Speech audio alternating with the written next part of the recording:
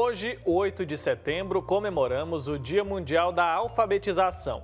A data foi instituída em 1967 pela Organização das Nações Unidas através da Unesco, com o objetivo de ressaltar a importância da alfabetização para o desenvolvimento social e econômico mundial. Sobre esse assunto, nós vamos conversar agora com o Manuel Tavares, que é especialista em educação. Manuel, bom dia, seja muito bem-vindo ao nosso programa. Obrigado pelo seu tempo.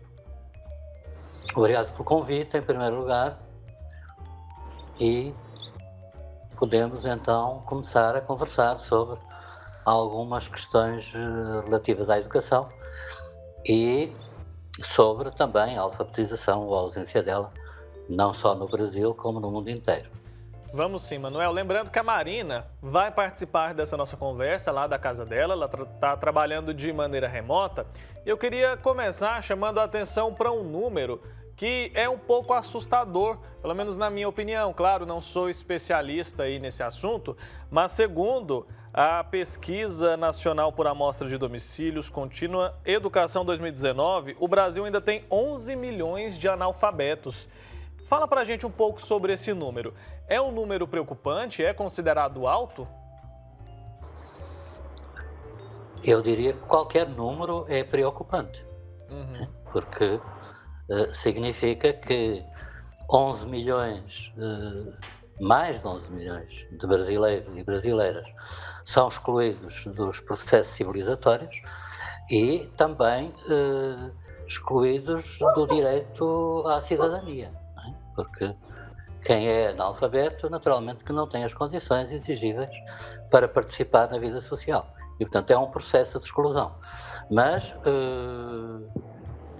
esses 11 milhões, somados aos mais de 39 milhões de analfabetos funcionais, faz 50 milhões de cidadãos e cidadãs brasileiras que acabam por estar excluídos não só de uma cidadania, local, mas também de uma cidadania global. Manuel, bom dia para o senhor. Eu queria que o senhor explicasse para a gente o que é esse analfabetismo funcional, por favor. O senhor disse que são 39 milhões, né? Exatamente, mais de 39 milhões, quase 40 milhões de brasileiros que são analfabetos funcionais. Os analfabetos funcionais são aqueles que sabem ler, contar, né, escrever o seu nome, e pouco mais do que isso, mas não sabem, por exemplo, interpretar uma mensagem, interpretar um texto, não têm capacidade argumentativa, não têm capacidade crítica e por aí vai.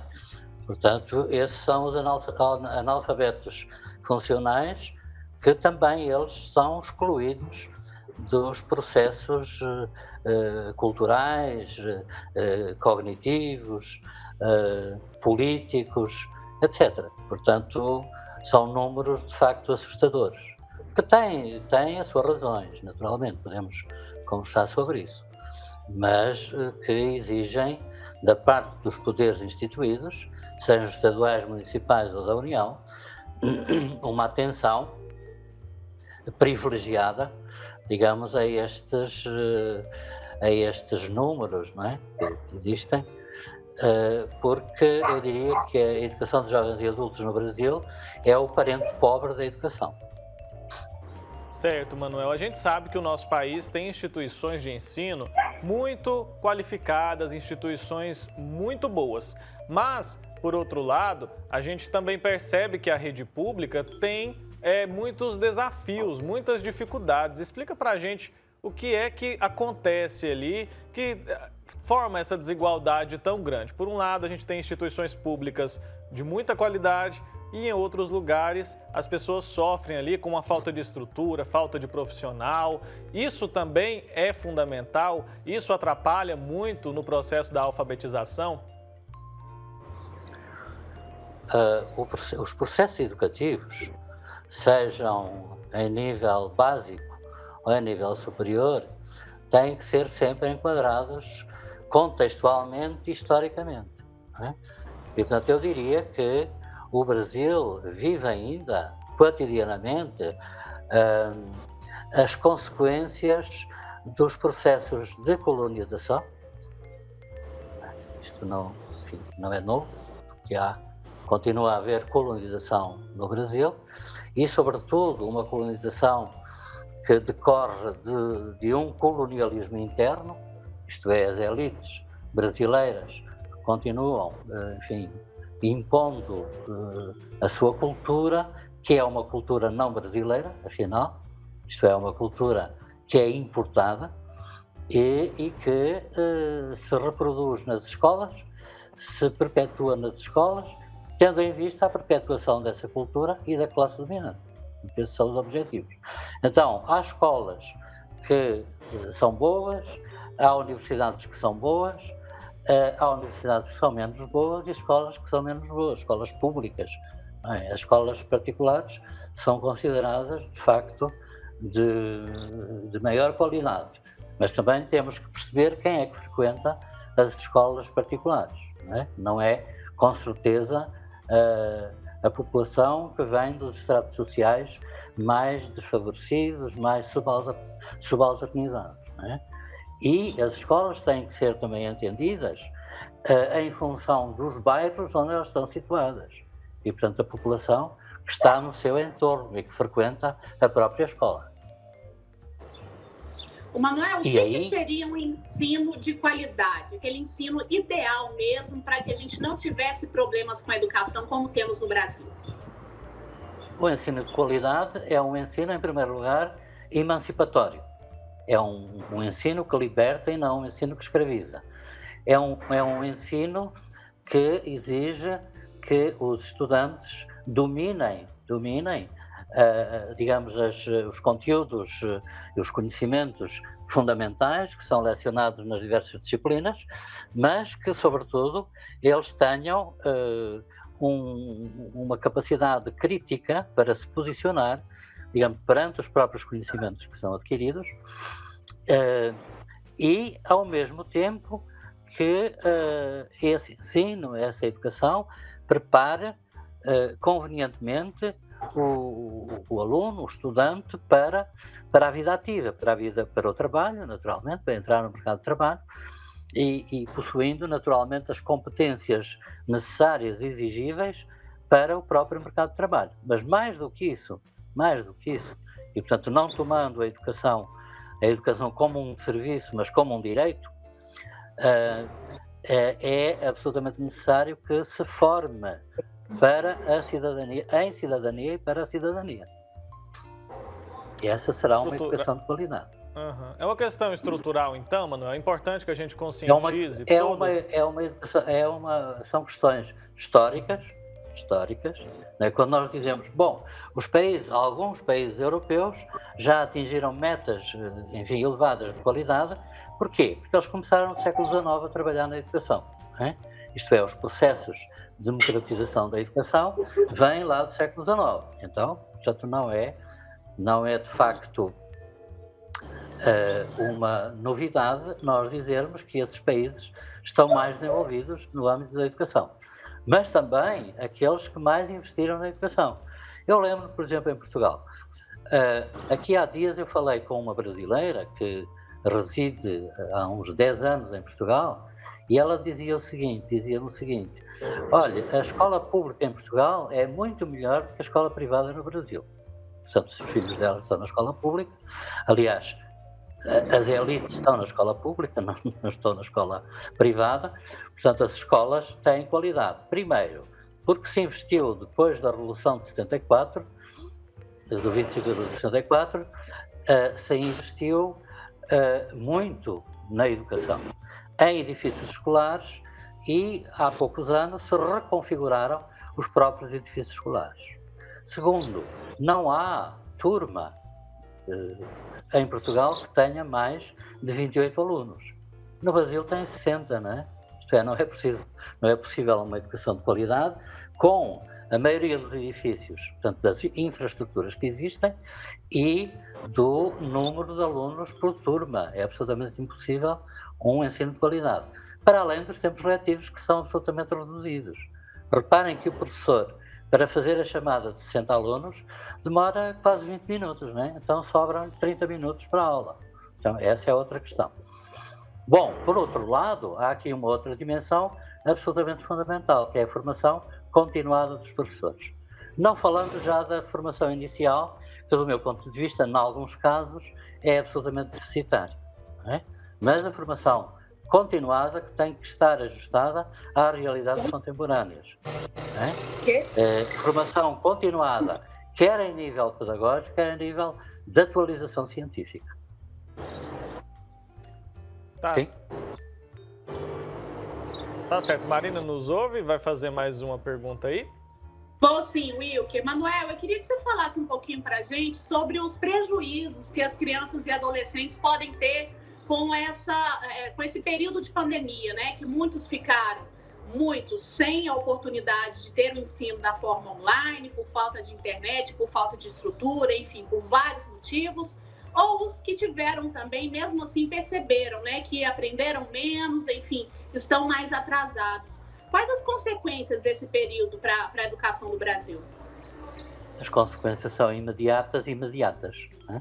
Portanto, em primeiro lugar, porque há conhecimentos que eles não adquiriram e, eventualmente, competências que também não construíram. Né? Em termos imediatos, eu diria que os reflexos são no próprio mercado de trabalho, não é?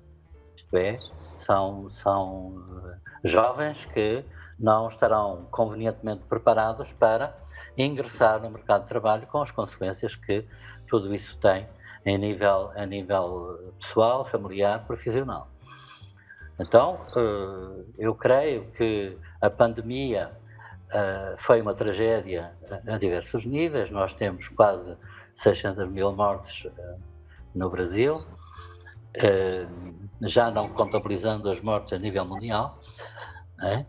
E, portanto, acrescentando, enfim, os confinamentos que foram necessários, isso trouxe, sobretudo para as crianças mais pequenas, eu penso, alguns problemas de ordem afetiva, de ordem psicológica, porque faltou a comunicação com os seus pares, com os seus amigos, não é?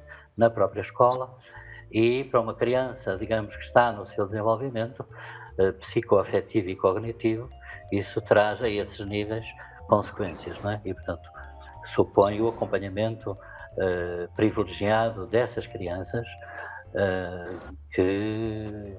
das quais se note que houve a esse nível, ou a esses níveis, alguns problemas. E nós temos no Brasil e no estado de São Paulo, sobretudo, uma educação infantil de qualidade, não é? Penso que é referência para todo o Brasil. E temos educadoras também de grande qualidade e muito comprometidas com a educação infantil. Muitas delas já com níveis académicos para além da licenciatura, para além da graduação, que é mestrado e doutorado. Eu lembro que na Uninove, onde eu trabalho, né, na pós-graduação stricto sensu, nós somos procurados muito por educadoras de infância que querem completar os seus estudos a nível de mestrado e doutorado. E, portanto, há muitas que já completaram. Então, eu diria que a educação infantil está a ser bem cuidada, porque tem, digamos, professores e educadoras, sobretudo, de grande qualidade. Isso é muito bom, né? Um fator muito positivo. A gente percebe, sim, a dedicação, o empenho desses profissionais para fazer um bom trabalho. Ainda falando sobre a situação da pandemia, dá para a gente dimensionar, ter uma noção, prever de alguma maneira em quanto tempo esse prejuízo para essas pessoas, especialmente para as que estão no processo de alfabetização, em quanto tempo esse prejuízo ele pode ser neutralizado? Será que demora muito, professor? Eu diria que há prejuízos irreversíveis. Irreversíveis. Porquê? Porque eles fazem parte, ou eles acontecem em determinada fase do seu desenvolvimento, e então há de facto ganhos, não é? Que não, enfim, no futuro não se terão.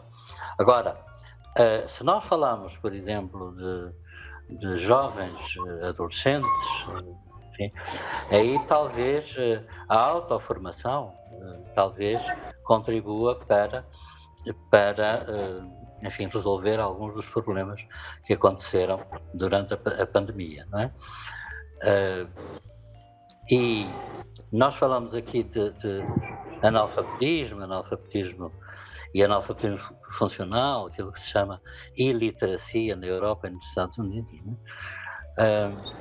Mas eu lembraria aqui, e isso compete às famílias, compete aos órgãos de comunicação social, compete às escolas, compete aos movimentos sociais, promover a leitura, não é? No Brasil lê-se muito pouco, não é? Se calhar não acreditam naquilo que eu vou dizer, mas se eu vos disser que há alunas da graduação e alunos da graduação que estão terminando a sua graduação e nunca leram um livro, isto é preocupante. Isto é, como é que quem nunca lê um livro pode promover o gosto pela leitura nos seus alunos? Não pode de modo algum. Então, é necessário que haja aqui, que a sociedade no seu conjunto, e aqui chama a atenção dos meios de comunicação social, dos mídia, das igrejas, inclusive, dos movimentos sociais, para a promoção da leitura, não é? É fundamental que os nossos jovens leiam, é fundamental que as crianças, já na fase, enfim, do ensino fundamental 1 e que aprendem a ler, ganhem o gosto, não é? O prazer da leitura, porque isso resolve múltiplos problemas, não é? Tá certo, professor Manuel Tavares, quero agradecer ao senhor pelo seu tempo, pela sua disponibilidade de vir falar com a gente sobre esse assunto que é tão importante. É um assunto muito sério que merece sim a nossa atenção e a conscientização de toda a sociedade. Obrigado, viu? E até uma próxima oportunidade. Eu é que agradeço. Um abraço para vocês, muito obrigado e bom dia. Bom dia. É isso, né, gente? Assunto muito sério mesmo, a gente precisa se atentar, né?